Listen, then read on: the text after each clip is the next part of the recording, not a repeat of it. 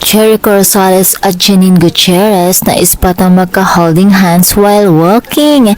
Saan ang punta? Punta talaga. Saan ang punta, Ekonin? May date yarn? Heto na muli ang update sa Ekonin, mga chikadora. Salina't mangialam na naman tayo sa kanila. Tuwang-tuwa at kinikilig na naman ang mga Ekonin fans sa muling paayuda ng Ekonin ni Jericho Rosales at Janine Gutierrez. Nako, saganang-sagana tayo ngayon sa kanilang paayuda. Papaano ba naman na ispatan ang magjowa na ito na magka-holding hands habang sila ay naglalakad? Tila may date ata ang dalawa pagkatapos ng kanilang shoot. Super sweet talaga ng magbaba na ito. Sana all na lang talaga. Wala pang February 14 pero araw-araw ata nila sineselebrate ang Valentine's Day. Kawawa naman kami mga single, wala nang ang pag-ibig, ubos pa ang budget sa PhilHealth, charot.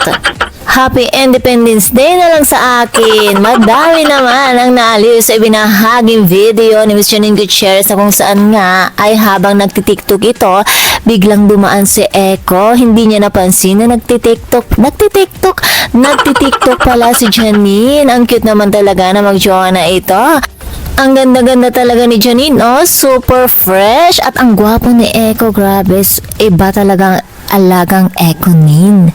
Samantala, dumalo din ang dalawa sa birthday celebration ni na Mr. M. Piolo Pascual at Heart Evangelista.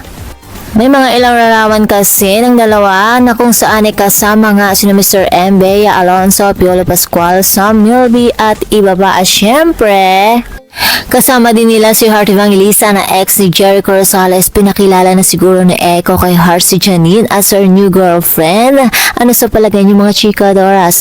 The past meet the future. Ano, nakakatuwa naman talaga ito. Nakakasama na si Janine sa kanilang bonding ni na Bea Alonso, di ba, Heart Evangelista, ganyan. Nakakatuwa naman talaga. And that's all for mga chikadoras. From Ekonin and Showbiz Update, please don't forget to like, share, and subscribe my channel. Thank you for watching.